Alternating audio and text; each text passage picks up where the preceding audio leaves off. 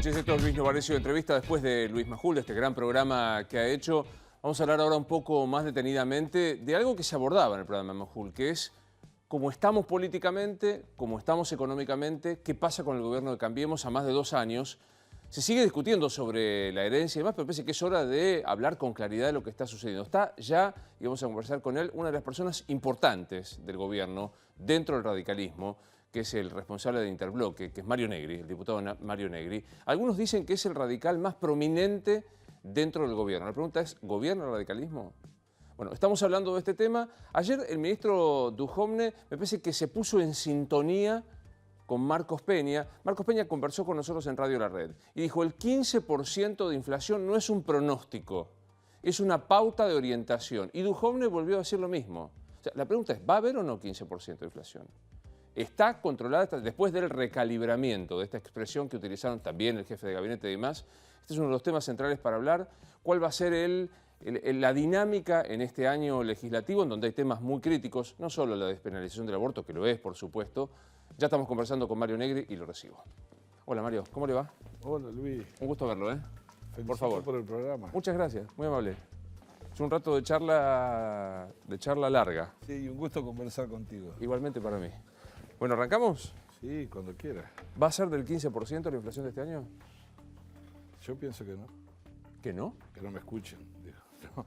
No, yo pienso que, al igual que los 2 años anteriores, primero partimos de la base que, como alguna vez te escuché, nosotros tenemos una cultura inflacionaria muy grande y han tenido temor muchos que si trabajan sobre expectativas o no inflacionarias. En realidad yo hace un año dije, cuando terminamos en el 24, yo dije, si me ofrecen el 22 y la pauta era del 17, yo firmo por el 22. ¿Pero por qué? No porque yo soy un economista, porque si vengo del 40 y yo elegí un camino de gradualismo, después podemos hablar de eso, que está tan de moda ahora, lo que tengo que asegurar siempre es que vaya a la baja. Después explicamos cómo hablamos con la gente, ¿no es cierto? Pero por supuesto, en mi opinión personal había una inconsistencia en el régimen que el Banco Central le proponía para adelgazar al Estado, ¿no? Un Estado bastante obeso, muy grande, entonces se fijaba una meta, un plan de meta del 15, por ejemplo, o el 14, como era.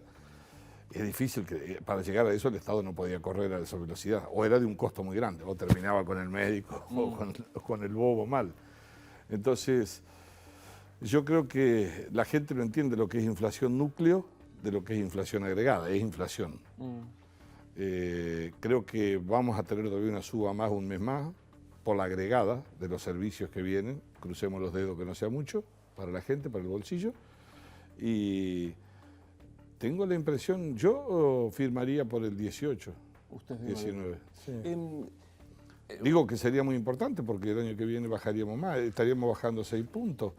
Eso, dicho tal vez en un ignorante en economía como yo, pero la idea gradual en un proceso que se sale de una crisis del populismo, cuando vos desgraciadamente la gente sufre con una hiperinflación, es como que la fatiga es tan grande que te da margen para hacer cosas de otra dureza. Acá no se salió, en buena hora por la gente, de una hiperinflación, ¿no es cierto? Pero la crisis era de una magnitud muy importante y tal vez no se percibía en esa dimensión. Así que yo, mientras la inflación vaya a la baja, después acompañaremos con otras cosas que hay que ponerle de gestos al lado, ¿no? El problema es cuando el gobierno por allí se empeña en decir que la pauta sea el 15% de recomposición. Bueno, ahí es una discusión, dice, medio teórica, es un poco lo que vos escuchás que decir que van enderezando, ¿no es cierto? Dice, bueno, es una orientación. Una época decía, si el Banco Central llega a modificar la expectativa va a perder credibilidad. Eso se decía, ¿no? Inclusive cuando se modificó, ¿no es cierto? Pero la percepción de la gente es que no va a ser del 15. Ahora, sí es cierto que uno tiene que ser cuidadoso en no retroalimentar la expectativa inflacionaria. Por ejemplo, con los salarios. No digo que sea para aplaudir. El año pasado los salarios le ganaron a la inflación, ahí, al borde, pero le ganaron a la inflación. Entonces, yo entiendo que si yo voy ahora a una negociación salarial y no controlo las expectativas de inflación, primero cualquiera dice, no, vamos por el 25. Aunque no sea así. Y por el otro lado, hay una cultura de precios, Luis.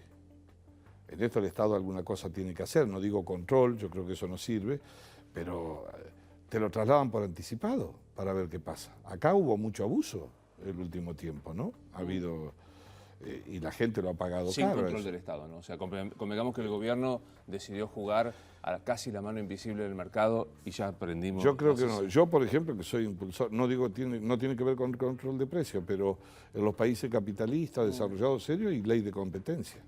Hay que evitar la cartelización, ¿no? Hay que evitar el abuso dominante. El presidente dice que está desilusionado con los empresarios. Mire, yo estuve en el gabinete, no soy miembro del gabinete, pero fui como presidente del bloque. No se habló mucho de eso. Seguramente lo que... yo no estoy en condición de interpretarlo, pero acá hay una discusión. Primero hay un mundo global, que lo tenemos encima, Luis. Aunque nosotros no querramos, viene encima de nosotros. Los argentinos tenemos una tendencia a pensar que nos miran a nosotros cuando se despiertan. En segundo lugar, la competitividad se mete para quedarse en los países. No se puede vivir con lo nuestro, como decía Aldo Ferrer en una época, ¿no da? Entonces, yo no creo que haya que abrir indiscriminadamente la economía. Eso es una locura, porque vos tenés que tener niveles para que puedan desarrollarse y competir. Pero también ha habido una cultura en algunos, no en todos, de ser quejosos con cualquier cosa y aumentar los temores. Entonces, no sé si las palabras son apropiadas, no son apropiadas, creo que tiene que haber una mesa de debate, pero en la Argentina se debate hoy en muchas cosas contradictorias. Decía Julián María, ¿no? Los argentinos, esa ave tan rara, donde por un lado soñamos con el tango, por el otro lado nos reímos de los que sufren o contamos chistes, y en realidad el país necesita tener un diálogo de esa percepción. ¿Qué queremos los argentinos? ¿A dónde nos queremos ubicar? Macri puede ganar o perder, independientemente de eso. ¿Macri está condenado a ser candidato en el 2019? Es una decisión personal de él. Yo creo que tiene mérito para hacerlo, ¿no? Falta tiempo, obviamente, pero le está tocando remar en el peor momento, porque él está pagando costos, algunos que son odiosos, pero que eran inevitables. Y por supuesto, a veces el gobierno también se equivoca y a veces paga costos por los evitables. ¿Por ejemplo? No, digo yo, medidas que no son las de mayores costos. Fíjate que la salida del 2015, con toda la macro, con todos los costos, se decían que la inflación iba a ser del 40, que se disparaba, no voló nada y salió. A lo mejor el gobierno sobreestimó mucho eso. Yo creo que la primera etapa, ahora 2 años, para decir, estamos en boxe. Ahora habló el presidente, vamos a volver de nuevo a la pista, ¿no? Para hacer un service de cambiemos en el gobierno. Creo que la primera etapa en el tema tarifa no salimos como deberíamos haber salido. Y eso generó una falta de credibilidad. Que había un problema serio, muy grande, todos lo sabemos, ¿no? Porque se había hecho populismo en forma brutal. Y nosotros que venimos del interior lo tenemos todavía más claro. Los cordobeses y santafesinos sabemos lo que significa. Porque acá se asustan por 2 pesos. Nosotros hace años que lo pagábamos, ¿no es cierto? Subsidiábamos la política de acá alrededor de la cava, de la cava. Ahora, medidas que a lo mejor... nosotros pusimos una vara muy alta, porque hay crisis económica y los sectores medios que acompañan a Cambiemos, fundamentalmente, los más dinámicos también para que una sociedad pueda progresar, también han sido muy exigentes con la vuelta de la ley, la república, la transparencia. El gobierno ha hecho mucho y está haciendo mucho. Me detengo ahí. ¿No le hace ruido que el nuevo titular de la AFIP tenga dinero en el exterior? Digamos, me pide que yo pague los impuestos y tiene dinero. Ayer conversé con alguien y me decía que termina con ese prurito. Si es bien habido, no tiene nada de malo. ¿Por qué? Porque lo tiene afuera. Yo no estoy en condiciones de condenarlo por eso. Qué sé yo, puede ser una soncera la mía, de barrio. Me gustaría que yo sé que a usted le hace ruido. Me gustaría que lo tenga acá. Las sociedades también se mueven simbólicamente, ¿no es cierto? Eso no lo hace ni más malo ni más bueno al gobierno. A lo mejor le daría una fortaleza mayor. ¿En qué? En el vínculo. ¿Cuál es el secreto de lo que tiene? Usted tiene 2 caminos acá. Bueno, no soy un profe Ciruela. O usted iba por una política de shock muy fuerte. Normalmente las hiperinflaciones eso lo tolera la sociedad. O elegí un camino gradual. Gradual es todo, son los modos. Gradual es la economía.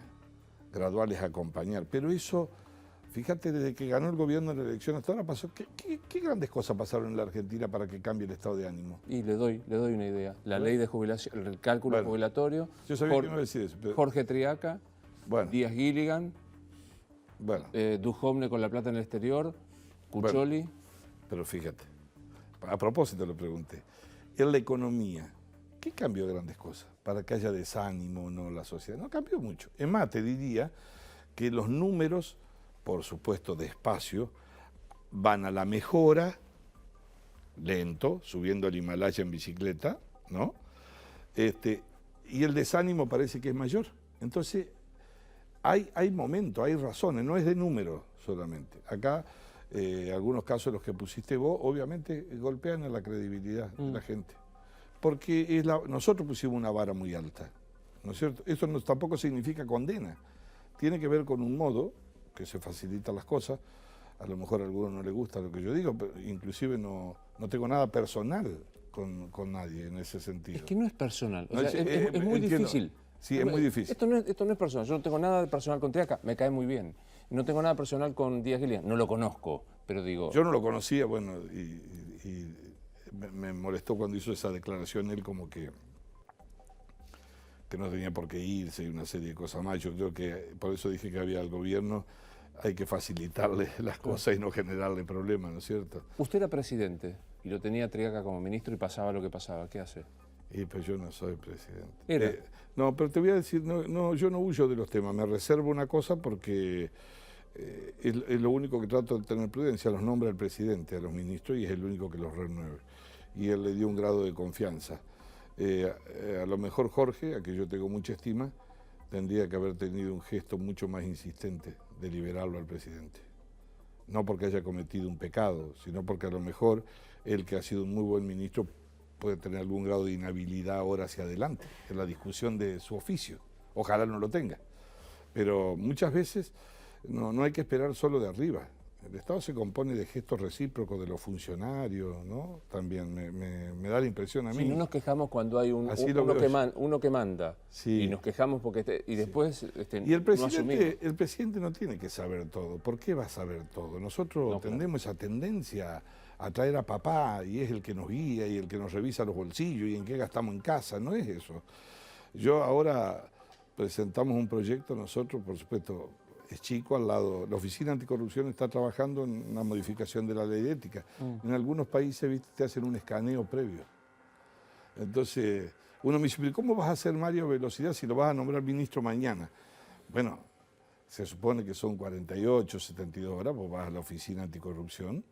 En la Oficina Anticorrupción rápidamente se sabe, impositivamente, conversás, sabés, podés preguntar si tenés incompatibilidades, no tenés por qué saberla. Y si vos sos ministro, suponete, de Obras Públicas después, y heredaste una empresa de tu familia, vas a tener una inhabilidad sobreviniente. Que te lo adviertan si vos no lo preguntás, o que vos lo puedas consultar. Hay que ayudar, porque el presidente no tiene por qué saberlo. No tiene por qué saberlo. Ahora digo, retomo una frase que usted dijo, Triaca debió haber tenido una actitud más insistente. Está siendo educado para decir que debió haber seguido indeclinablemente.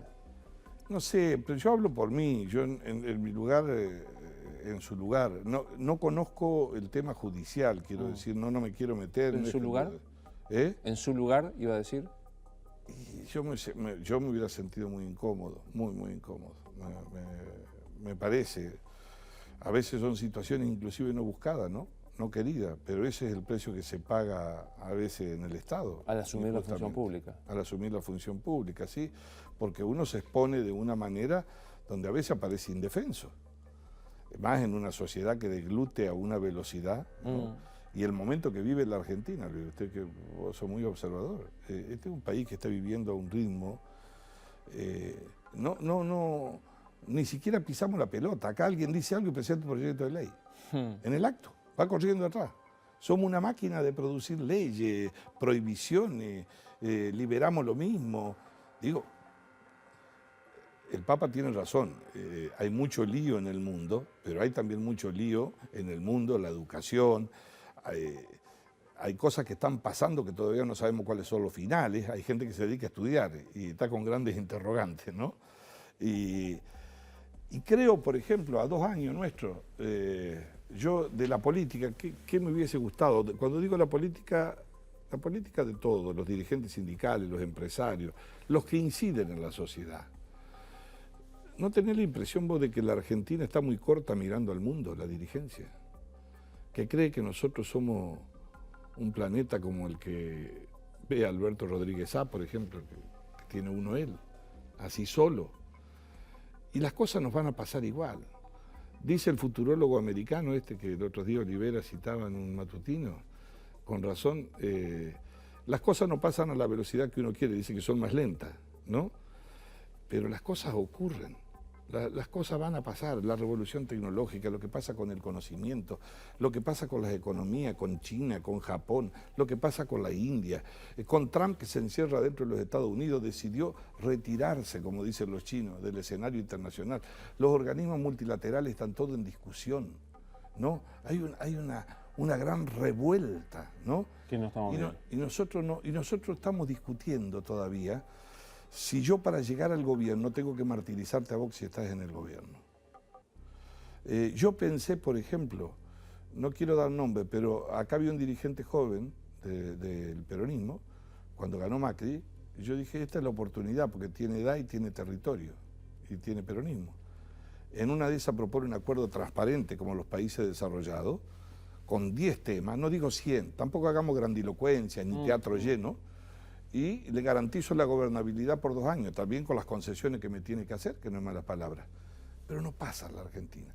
La dirigencia gremial, acá por ejemplo hay convenios colectivos, de lo que yo defiendo como instrumento, los convenios colectivos quiero aclarar, pero son del año 40, 50.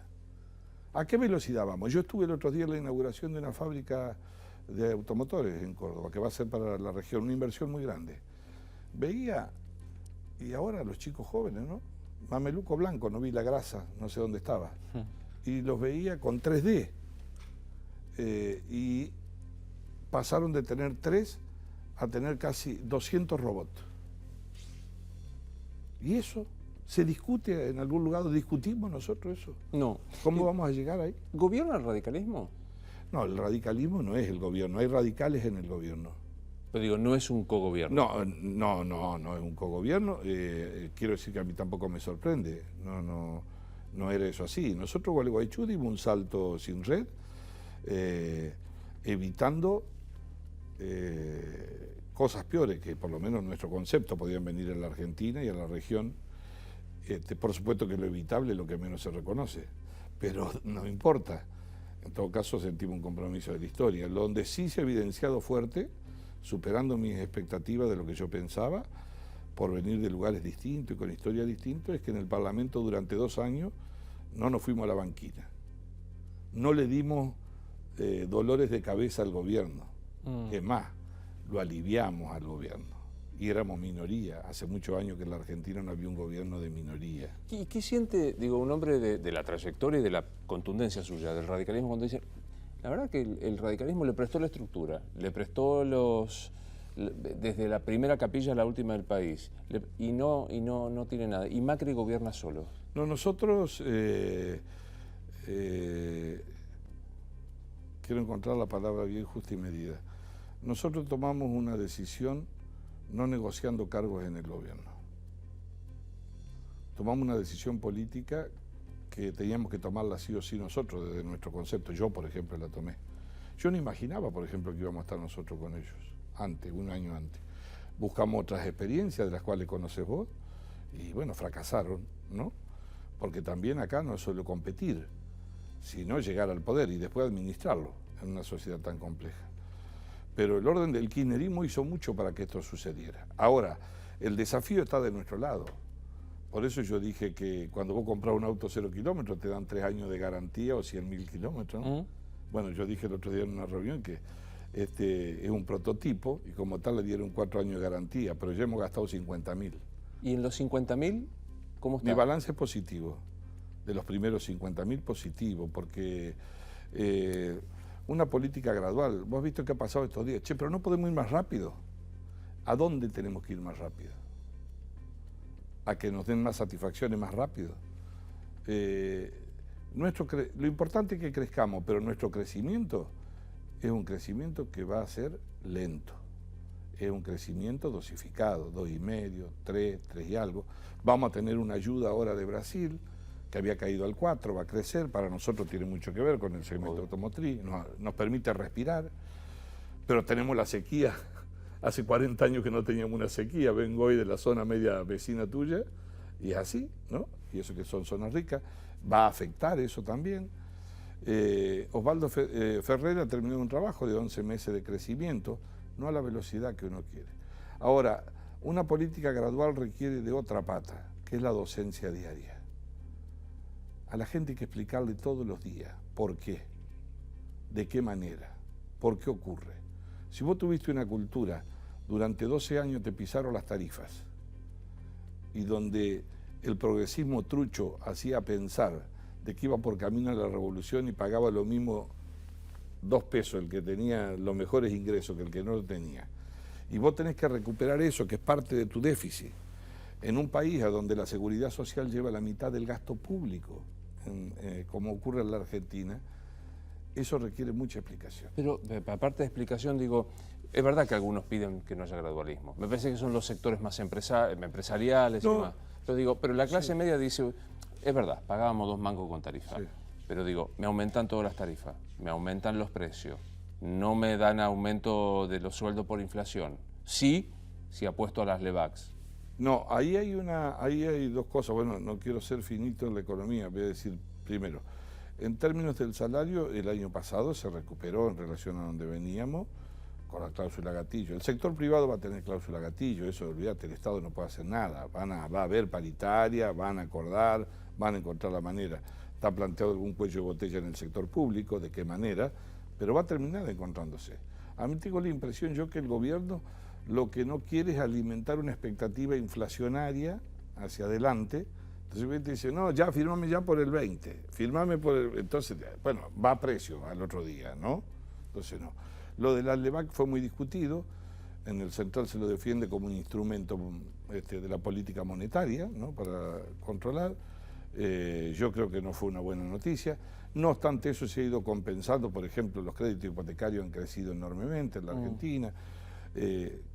Cuando digo esto, no me quiero acordar otra época cuando decía, me acuerdo que Scioli decía, hemos estallado del turismo y no es que tuviéramos otra Argentina, pero digo, no era lo mismo que no hubiera habido nada, tuvo una buena temporada, no de ingresos, de gastos tremendos, la venta automotor aumentó, estaba viendo un estudio sobre el consumo diario, ¿viste?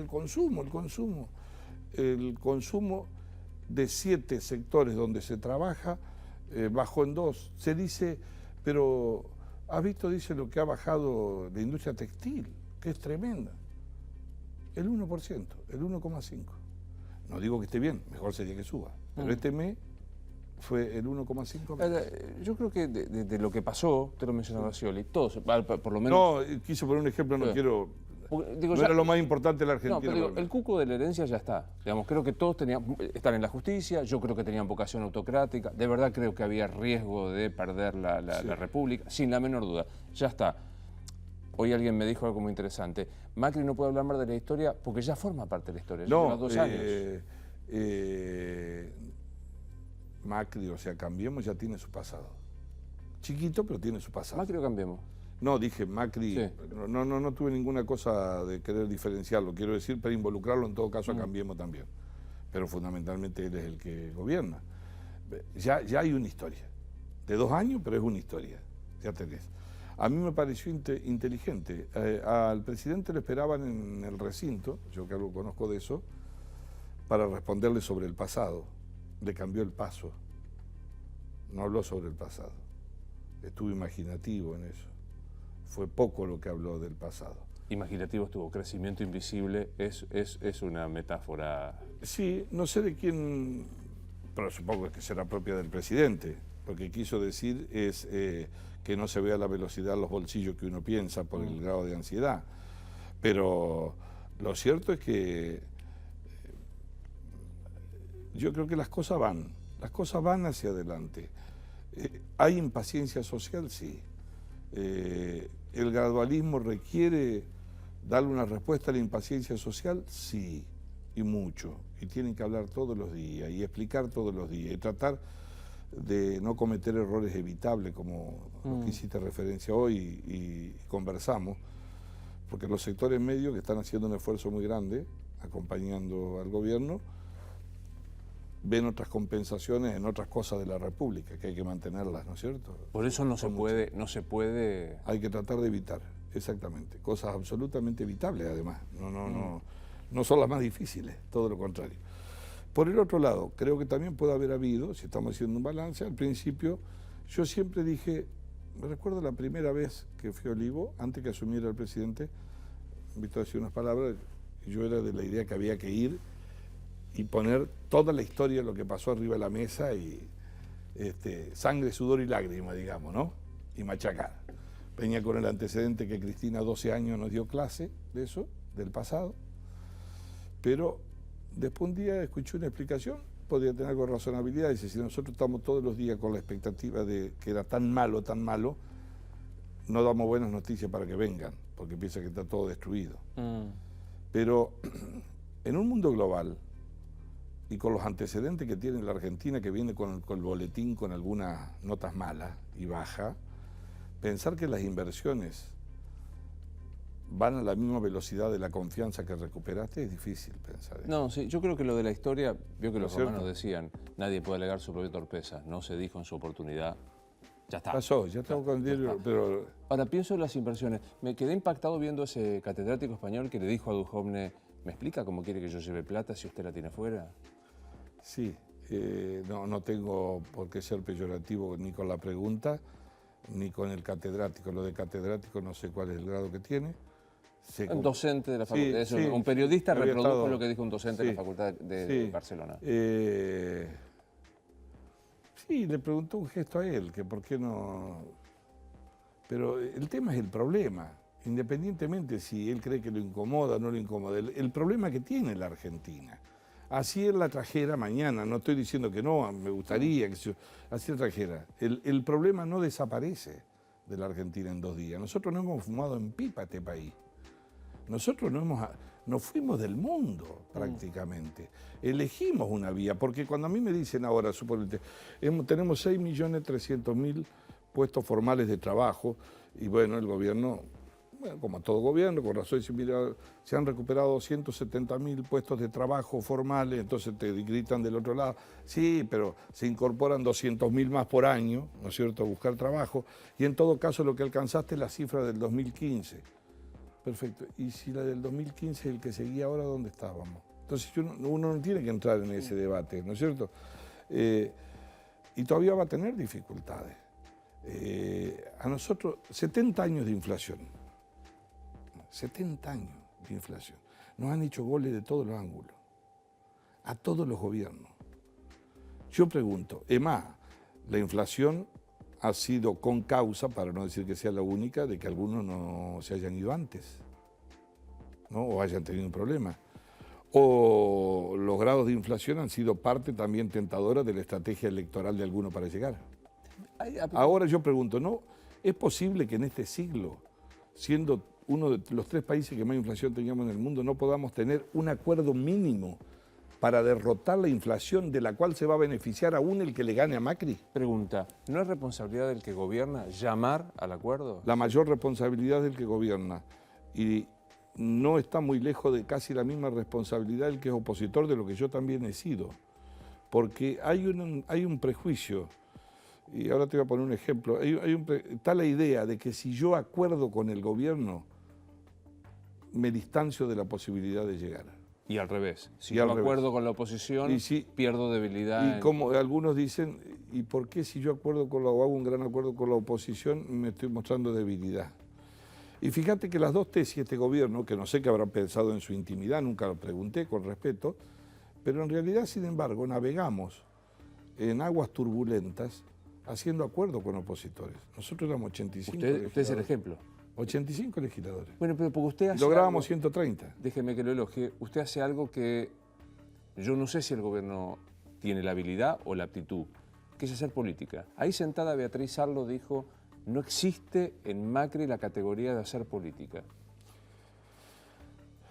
Dice que todo lo... Esto es un atrevimiento mío, capaz que no se enoja el presidente conmigo, pero yo he visto a muchos presidentes crecer como presidentes. Crecer como presidentes. Todos aprendemos todos los días. No hace falta que lo digan. Uno se da cuenta después con las actitudes, por ejemplo. Yo creo que el presidente sabe hacer política. Después si me gusta a mí, no me gusta, de qué manera, no, eso es otra cosa. Hay un modelo de gestión original, el que él tiene, que no era conocido. Yo no digo que sea malo o sea bueno, ¿no? Eso es. Es un modelo de gestión distinto.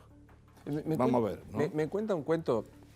No, pero te quería decir una cosa. Fíjate, mirá nosotros si miráramos esto. ¿Viste el acuerdo de Merkel en Alemania para gobernar? Duró 3 meses, ¿no? Estamos hablando casi la institutriz de Europa, mientras los chicos andan descarriados, ¿no?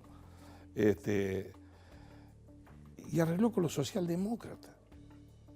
¿Te imaginabas que el demonio es la derecha con la izquierda, ¿no? Y los trazos son tan gruesos, porque además está Europa al medio. Por las dudas, el país... Con la crisis de Europa más grande, donde además el nazismo sacó el 15% en Alemania. Ahora, llevó una negociación larga. Dentro de las pocas cosas que me acuerdo, los socialdemócratas le plantearon que abandone la idea de seguir generando energía nuclear, que vaya por energías alternativas, que Alemania tiene mucho, produce 25%, 30%.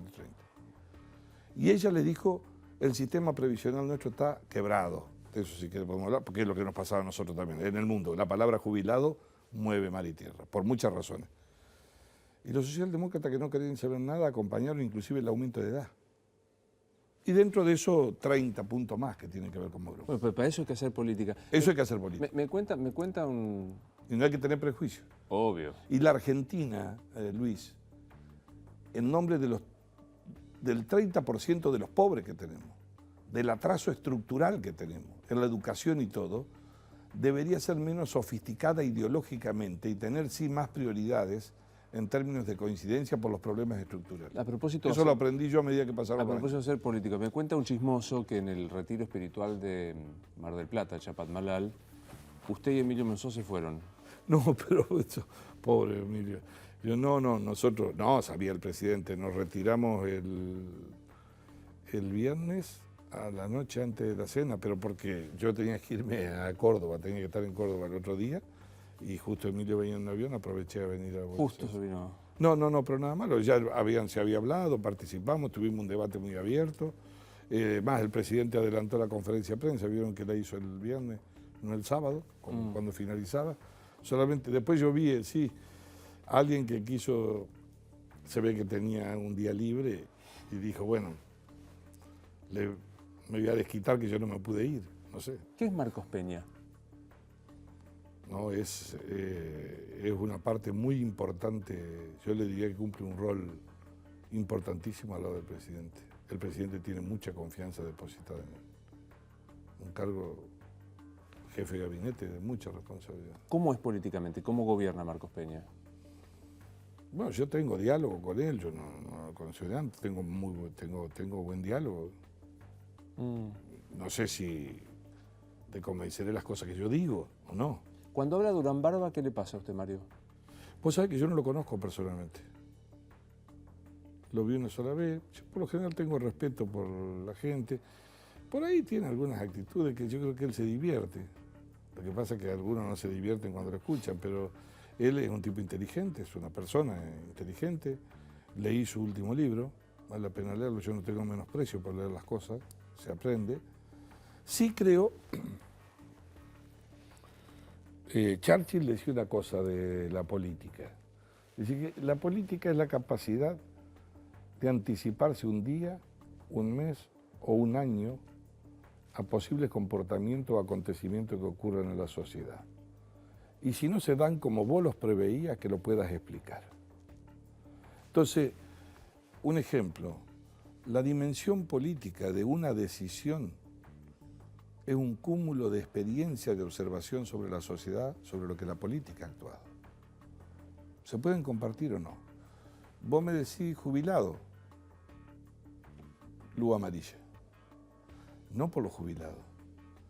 Primer tema, porque el sistema de la seguridad social en el mundo no le encuentra la rosca, tiene un problema. Aumenta la natalidad y aumenta la edad. hay un problema serio.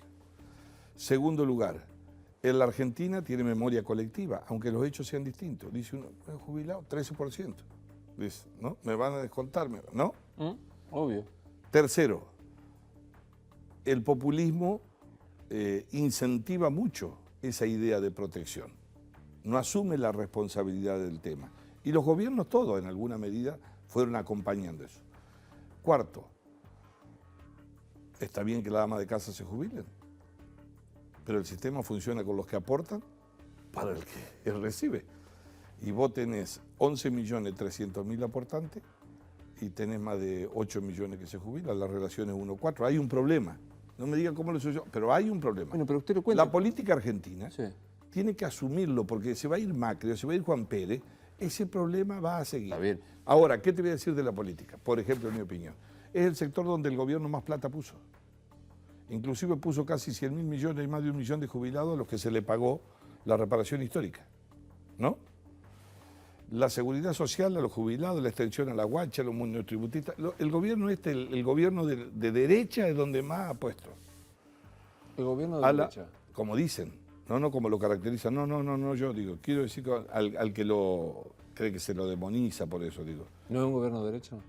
No, yo no tengo esas categorías. Hoy como está la Argentina, yo me fijo mucho en las cuestiones éticas, que funcione la ley, que recuperemos la república, que seamos un país normal, serio, respetable y que tengamos un orden de prioridades, obviamente, que busquemos un equilibrio social, que veamos que no se nos pasen las generaciones y que los excluidos cada vez queden más lejos, porque ni siquiera a la educación pueden llegar, que los hospitales funcionen. Eso no es de izquierda o de derecha, que claro. la gente no haga cola 20 cuadras.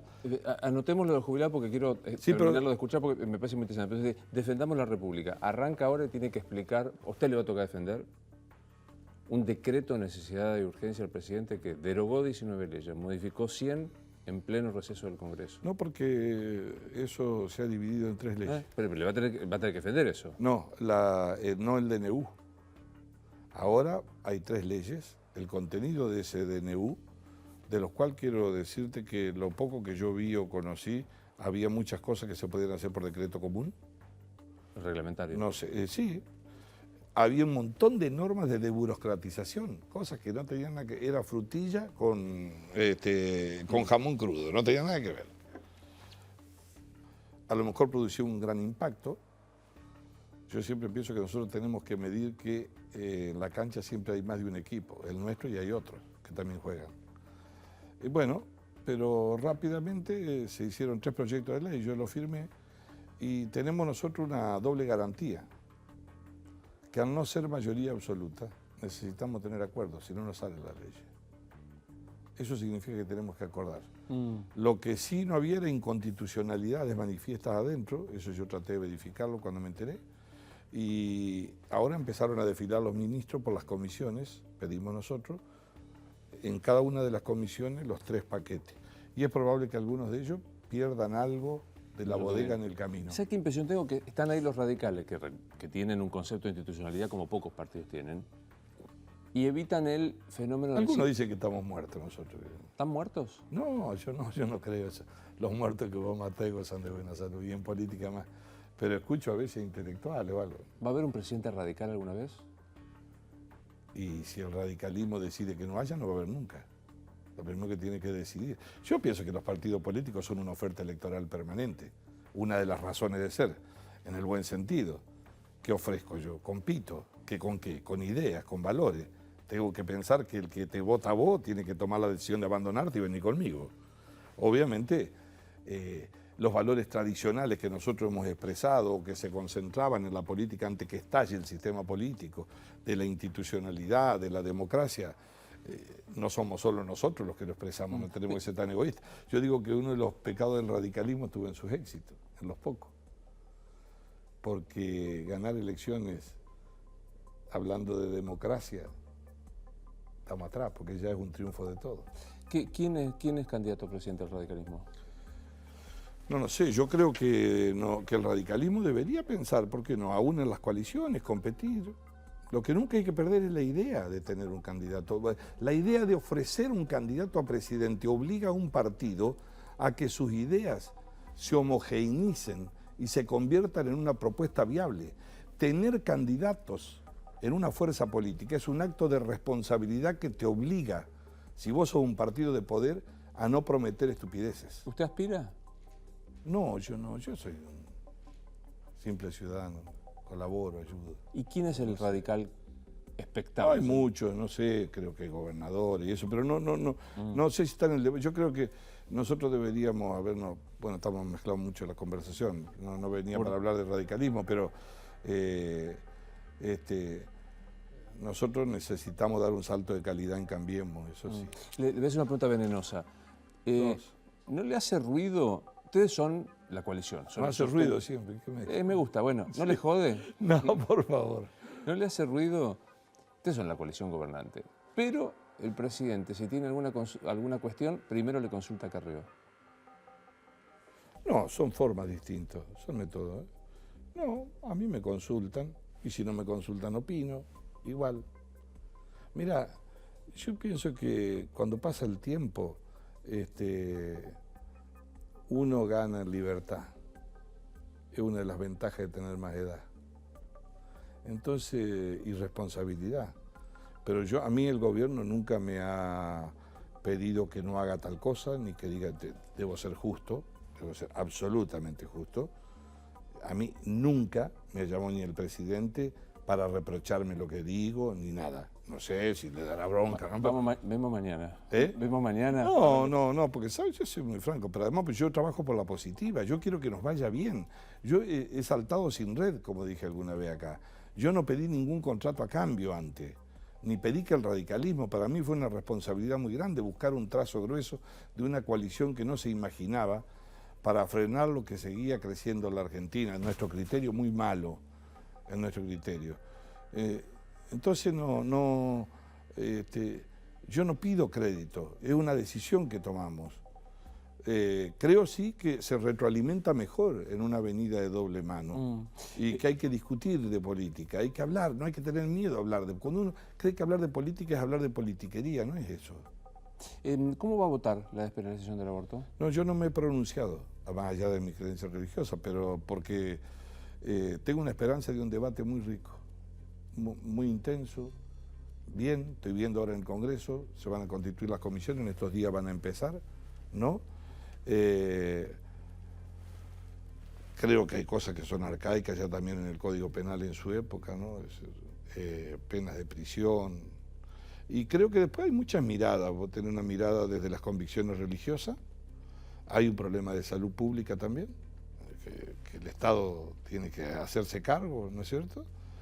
Y Giscard d'Estaing, que era católico, muy católico, yo también soy católico, fue a verlo a Juan Pablo II, cuando se votaba, dice, el aborto en Francia, y le dijo, su santidad, yo soy católico y creo en las convicciones que tiene la Iglesia Católica, pero también soy presidente de un Estado laico. Entonces, ¿de dónde se mira? Lo que sí no apuesto, no me gusta, no me enrolo, hago lo imposible para que no suceda, solo fanatismo. Al que defiende convicciones honestamente religiosas, fuertes, no creo que Monseñor Aguer lo ayude mucho, por ejemplo, con sus declaraciones. Como tampoco creo, del otro lado, posiciones que son absolutamente fanatizadas. Acá, la vara se la va a poner la sociedad argentina si tiene madurez suficiente para debatir un tema de esta envergadura, que estaban debajo de la alfombra. Eso también es un mérito del presidente. En el Congreso de la Nación hay temas que nunca se han hablado. Él el otro día en su mensaje tocó temas inclusive vinculados al género, muy importantes. Algunos... Va a haber un proyecto de ley ahora que va a ser. Algunos dicen, bien gataflorismo, y los periodistas alguna vez dicen, esto es cortina de humo. Los tipos hablan de esto para no hablar de la inflación. Sí, pero yo pregunto, ¿y no hemos hablado nosotros? ¿De qué hemos hablado más tiempo? De la política y de la deflación y de la economía. Y hago una pregunta, ¿y eso vos crees que va a parar los temas? Yo creo que pensarnos binarios, que es esto o es blanco-negro, es menospreciarnos. Pero es una sociedad que le aporta al mundo recursos humanos como nadie, que le ha aportado científicos, y es una sociedad que a su vez es autodestructiva consigo mismo.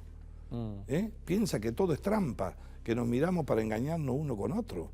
La pucha, hay que despertar. Ni hablar. Me quedé con lo de los jubilados que usted lo explicaba y tiene toda la razón del mundo. Ahora, dicho, explicado como usted lo dice, es poner las cosas sobre la mesa. Crecimiento vegetativo distinto, la necesidad de extender las edades, un sistema que no se puede financiar con el ingreso de jubilados, que socialmente son necesarios, pero que no hay dinero. La explicación del gobierno fue, quédense tranquilos que van a ganar más. Y ganan menos. No, lo que va a pasar es esto. Primero te voy a decir algo. Lo primero, lo que a mí se me pone la piel, reacciono mal, te confieso, es que hagamos demagogia con eso, porque encima están mal. Entonces, no asumir el problema y discutirlo, aunque yo no esté de acuerdo, y hacer un aporte, es demagogia. Es querer congraciarte. No le estás dando una solución. Entonces, no asumir el problema. Se va a ir Macri y va a haber más jubilado, igual. Y el que venga, ¿qué va a hacer? Como Cristina, ahora tenemos que ir a buscar las películas, que le decía a ella, que como los...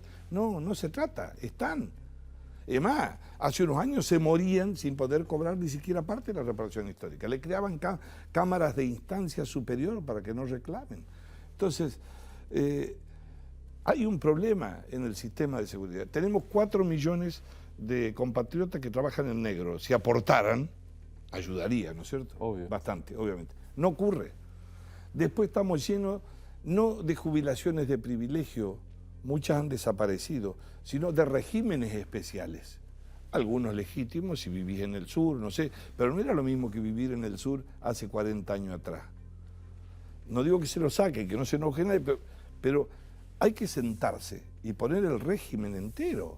Entre todos deberíamos ponernos, porque los gobiernos se van a seguir sucediendo. Y te voy a decir con lo otro, porque obviamente, si me quiero congraciar, tendría que decir perdieron. No.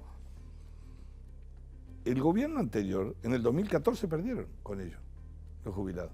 Lo que pasa es que como no tenía INDEC, como no había ningún índice, cambiaron el método del cálculo. Hablaban de recaudación y salario. Era a la elección de ellos. Acá había que cambiar el cálculo. ¿Por qué tiene que ver con algo que conversamos antes? No sé si se dimensionó qué lugar ocupaba ese problema en la vida cotidiana de la gente. Si tuvo una dimensión, con todo lo que el gobierno ha hecho por el sector pasivo. Y es un tema muy sensible, por eso yo hablé de lo que era la Argentina y la memoria colectiva. Es más, a lo mejor dice alguno, capaz que pagó más costo inclusive que la cantidad de jubilados que hay. Pero yo te digo hoy, los asesores económicos, cualquiera indica, aún si llegara a haber una inflación del 22% en el año, con los 4 trimestres, la jubilación, poquito, pero va a ser 24%, 2 puntos más. Me dijo que era creyente. ¿Nos morimos y qué pasa? Nos morimos. No sé qué hay del otro lado. Solo fe el que es creyente. ¿Y usted qué cree? Yo tengo un enorme amor por la vida, es una cosa tremenda. Y también tengo miedo por la muerte. No voy a los programas a andar diciendo, no, que venga, que está a la esquina, que nos vamos a bailar, que no, pero todo llega. Por eso dije que cuando van pasando los años, no es que uno se ponga en viejo Vizcacha, pero los gustos que se va dando, si se puede llamar gusto, no es así, la pérdida de prejuicio, es que tenés más años, pero ganás en libertad. Que es una de las formas de vivir la vida. Claro, pero pensé, digo, siendo católico me va a decir paraíso, infierno, purgatorio. No sé cómo es el estado de eso. No conozco, no he viajado por ahí, pero la verdad... Ni tiene intenciones de andar viendo por ahora, ¿no? Ni dar una vuelta tampoco. Tampoco. A mí me parece que hay que vivir con... hay que desdramatizar también. Voy a poner una fortaleza para el lado de la Argentina. ¿Dónde estamos viviendo nosotros, Luis? Si es por los problemas de la geografía, acá no hay tsunami, crucemos los dedos. Crucemos los dedos, tenemos otro problema, no tenemos un loco que entra con una escopeta y se baja 22 estudiantes en un colegio de la mañana. ¿Te imaginas si ocurrió eso? Sí, tenemos otro gravísimo, ¿no? Tenemos Paco, acá, a 20 cuadras, donde se come con 8 cubiertos, es otro mundo, otro país. Pero tampoco tenemos bombas que se pongan en toda la esquina, por eso hay que tener mucho cuidado a veces con la política, cómo se mira el mundo, ¿no? No traigamos a nadie. Bueno, la comunión la hizo como yo. Sí, por supuesto, y han sido monaguillos también. ¿Quiere que le diga yo también? La parte de la vida del pueblo, ¿sí también? Sí, Después vino. Yo monaguillo del pueblo, todo, sí. Te digo, vamos a jugar al infierno, purgatorio y paraíso que nos tocaba a nosotros de pibe. El infierno del Dante, ¿no? Ese es más bravo. Ese es más bravo. Y sin Beatriz a mano que nos ayude. Sí. ¿A dónde se va Cambiemos hoy? ¿Al purgatorio, al paraíso o al infierno? No, yo creo que solo depende de Cambiemos con su espejo. Salvarse. Salvarse no es prometer la salvación en la eternidad a toda la sociedad. Le estaría mintiendo. Lo que tiene que procurar ser Cambiemos es no retroceder, no fracasar en las expectativas de los sueños que la gente tiene, aunque no se los dé a todo, un poco. No ser una frustración para la Argentina.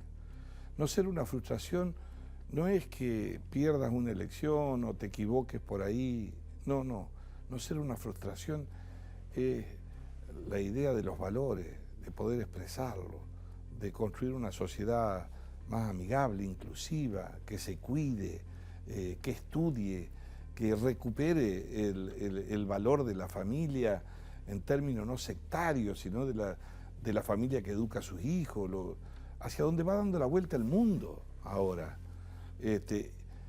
Y la otra es que ayudemos a pensar que estamos en un mundo global. Nosotros somos una hormiguita en este planeta. Y nos levantamos a la mañana pensando que el planeta dice, ¿qué hace la hormiguita que está viviendo en la Argentina? Nadie, no somos nada. No, nada. Sigamos jugando. Lo llama en este momento Mauricio Macri y le tiene que decir solo una cosa. ¿Qué le dice? ¿Yo? Lo primero ahora de su discurso que me gustó, que es que en los momentos donde hay cierto escepticismo, aunque los números no sean así, decidió no cambiar el rumbo. ¿Por qué? Porque en la Argentina, en los momentos de escepticismo, los que dieron volantazo terminaron peor. Lo llama Cristina Kirchner, ¿qué le dice? Si tiene ganas de arrepentirse de algo, contarle alguna verdad a la Argentina, de lo que cree que hizo mal. Yo creo que tiene, además de sus visitas diarias a la justicia, lo que tiene, debe cargar sobre su hombro una responsabilidad enorme que no se va a volver a dar en la historia. Perdieron del mandato entero, la mitad del mandato de la mejor oportunidad que tuvo la Argentina en los últimos 50 años. La rifaron, la tiraron. Y que por favor sepa que como yo tiene que tenerle miedo a la muerte y que el mundo no gira alrededor de ella. Lo llama don Raúl Alfonsín. Y él. Me conmueve, no soy objetivo yo en eso. Y él le dice, ¿estás seguro de lo que hicieron en Gualeguaychú? Le diría que sí.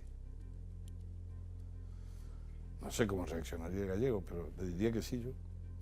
Sí, son tiempos distintos. Alfonsín tenía un gran sentido de la responsabilidad republicana, de salvar. Nosotros éramos muy jóvenes. Yo, por ejemplo, me enojé mucho con el Pacto de Olivo, por ejemplo. Y son cosas que se ven en el tiempo, si estuvo mal o no, aunque uno ahora deba chequear si hubo cosas que fueron posibles o no. Pero Alfonsín era una figura que aún, olvídense de votar, que hoy, si la Argentina hoy tuviera, y que sea radical o no, todas esas cosas, si la Argentina tuviera vivo 5 viejos sabios, como dicen, a ver, Favaloro, que sabía más de política que de medicina, porque entendía la sociedad, Alfonsín, con un cúmulo de experiencia, con errores, pero ético, una visión moral de las cosas. Otra sería la historia. Sí, porque ¿sabes qué? Yo siempre, hay que ser humilde, yo siempre he pensado que por las casas de esos hombres, antes de tomar una decisión, hay que pasar y preguntarles. Ni hablar. Aunque después hagas otra cosa, pero no te arriesgues a no pasar y consultarle. Así de cortito, como los peronistas los martirizó con si Evita viviera, si Alfonsín viviera, ¿sería macrista? No, macrista no. Eso, Alfonsín no era ni alfonsinista. Se cuestionaba permanentemente. No creo que macrista, no. Lo que sí, Alfonsín hubiera hecho lo posible por ver que no retroceda la República como retrocedía a pasos agigantados. Gracias por haber venido. Un placer. Un gusto haber compartido. Igual. Esto es Luis Novarecio Entrevista. Hasta mañana.